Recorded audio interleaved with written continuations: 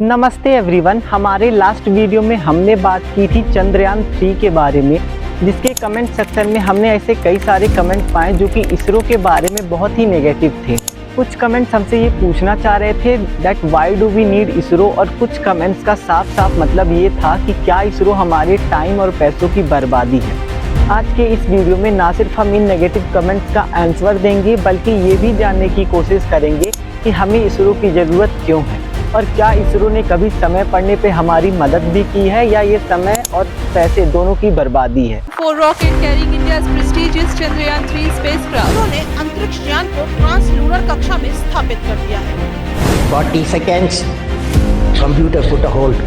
Don't launch it. Computer says don't launch it. Bharat का महत्वाकांक्षी mission Chandrayaan शुक्रवार देर रात चांद से महज 2 किलोमीटर की दूरी पर आकर खो गया।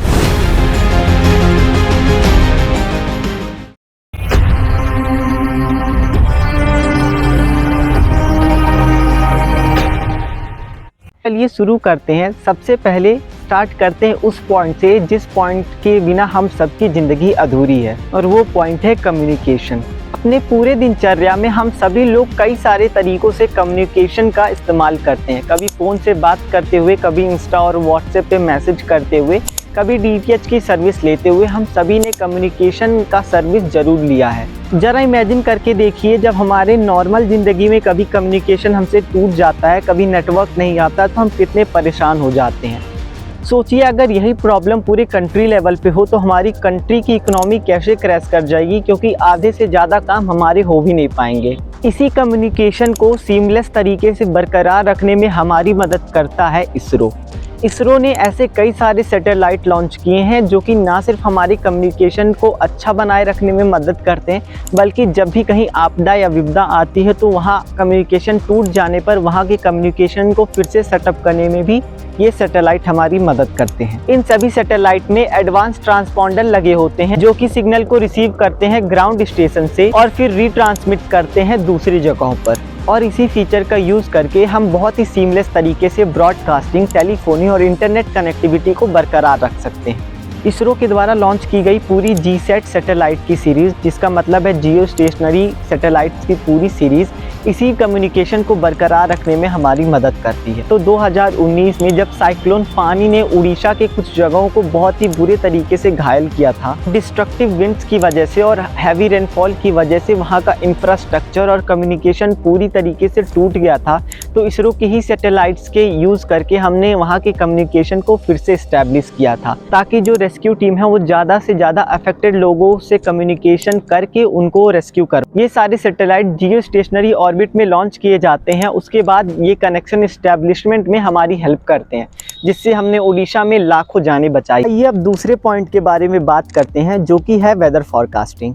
हमारा मौसम हमारे जीवन में बहुत ही इम्पोर्टेंट रोल अदा करता है। हम डेली कौन कौन सी एक्टिविटी करेंगे, कहाँ जाएंगे या नहीं जाएंगे, हमारा एग्रीकल्चर कैसा होगा और हमारा सेफ्टी, ये सभी हमारे वेदर पर डिपेंडेंट होता है। अब ज़रा सोचिए, अगर हमें अंदाज़ा ही ना हो कि हमारा मानसून कब तक आएगा, गर्मी कब तक पड़ेगी, या हीट वेव्स आने वाले हैं या नहीं, या कहीं के वेदर की वजह से सुनामी या साइक्लोन आने वाला है या फ्लडिंग आने वाली है, इन सभी का जानकारी सटीक रूप से तभी पता चलता है जब किसी जगह की वेदर फॉरकास्टिंग अच्छी हो, और हमारा इसरो ही हमारे वेदर फॉरकास्टिंग में हमारी बहुत मदद करता है। 2021 में इसरो ने इनसैट 3D लॉन्च किया था, जो कि एक मीटीरियोलॉजिकल सैटेलाइट है जिसमें कई सारे एडवांस सेंसर लगे हुए हैं, और इसी सैटेलाइट की मदद से हम लोगों ने साइक्लोन यास को पहले से ही प्रिडिक्ट कर पाया था, जिसकी वजह से हम लोगों ने मिलियंस लोगों को पहले से ही इवैक्यूएट किया था ताकि उनकी जानें बच पाएं। इसरो ने अपने अच्छे सैटेलाइट्स की वजह से यास के बारे में पहले ही वार्निंग दे दी थी और इवैक्यूएशन प्रोसेस में बहुत ही हेल्प मिली। Number 3, navigation. जीपीएस नेविगेशन का जो सिस्टम है वो हम सभी के लाइफ में एक इंटीग्रल पार्ट हो चुका है। जब भी हमें कहीं अनजान जगह जाना होता है या ऐसी जगह जहां हम 1-2 बारी गए और वहां का रास्ता क्लियर नहीं पता है, तो हम सभी जीपीएस नेविगेशन की हेल्प लेते हैं, क्योंकि ये हमें हमारे डेस्टिनेशन तक गाइड करता है। लेकिन क्या आपको पता है कि हमारी इसरो का खुद का जीपीएस नेविगेशन सिस्टम है, जिसको हम IRNSS यानी कि Indian regional navigation satellite system कहते हैं, और इसको हम नाविक भी कहते हैं।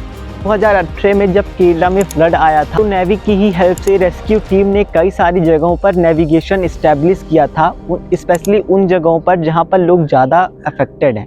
हमारे इंडिया के खुद के नेविगेशन का सिस्टम यूज़ करके हम लोगों ने उन सभी लोगों को बहुत ही आसानी से रेस्क्यू किया था और थाउजेंड ऑफ लाइफ बचाई थी। Number 4, space exploration. अभी तक हमने जितना पॉइंट कवर किया उन सभी में हमने देखा कि कैसे इसरो हम सबकी मदद करता है, लेकिन इसरो का कार्य सिर्फ हम सभी की मदद करना नहीं बल्कि हमारे नॉलेज को भी बढ़ाना है, जिसकी वजह से इसरो का जो मेन पॉइंट है वो स्पेस एक्सप्लोरेशन भी है।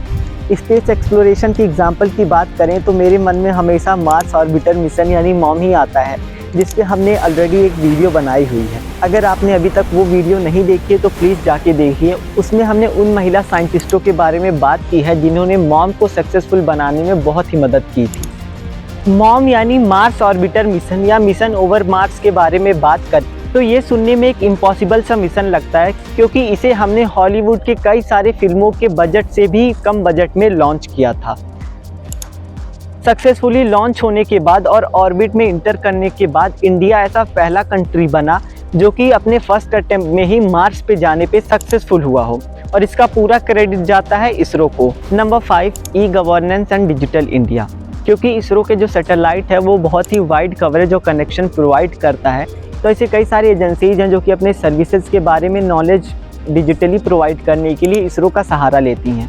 गवर्नमेंट भी DTH और ऐसे अन्य सर्विसेज का यूज़ करके सैटेलाइट्स के थ्रू कम्युनिकेशन रिमोट एरिया तक करती है, ताकि हर छोटा से छोटा इंफॉर्मेशन रिमोट एरियाज़ में भी पहुंच जाए, जिससे ई गवर्नेंस में हेल्प मिलती है और इंडिया को धीरे धीरे करके हम डिजिटल बना रहे हैं। अभी तक हमने जिन भी पॉइंट्स के बारे में बात की वो ये प्रूव करती है कि ना सिर्फ हमें इसरो की ज़रूरत है बल्कि इन सभी पॉइंट से ये भी प्रूफ होता है कि इसरो कितना एक्स्ट्रा ऑर्डिनरी काम हमारे लिए कर रहा है। इसरो का काम सिर्फ डेवलपमेंट नहीं है बल्कि लोगों के लाइफ को इम्प्रूव करना, लोगों की जिंदगियां बचाना भी इसरो का मुख्य कार्य है। इन सभी पॉइंट्स को बताने का एकमात्र मकसद इसरो के बारे में फैली नेगेटिविटी को दूर करना है, क्योंकि अगर हम इंडियंस ही अपने स्पेस एक्सप्लोरेशन के प्रोग्राम्स को और स्पेस एजेंसी को सपोर्ट नहीं करेंगे तो बाहर की 4 कंट्रीज तो बैठी हुई हैं कि मौका पाते ही कब हमें नीचा दिखाते हैं। और अगर हम भी उन 4 देशों की तरह अपने ही कंट्री के चीज़ों को सपोर्ट नहीं करेंगे तो शायद ही हम कभी एक डेवलप नेशन बन पाएँ।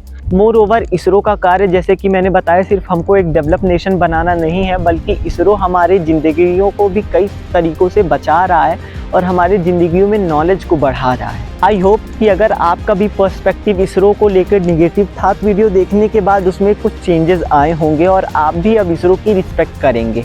भारतीय दिव्यांश का एकमात्र कार्य है वीडियोस बना करके लोगों को भारत और भारत की चीज़ों के बारे में जागरूक करना, ताकि भारत अपने भारतीयता के आधार पर उभर सके।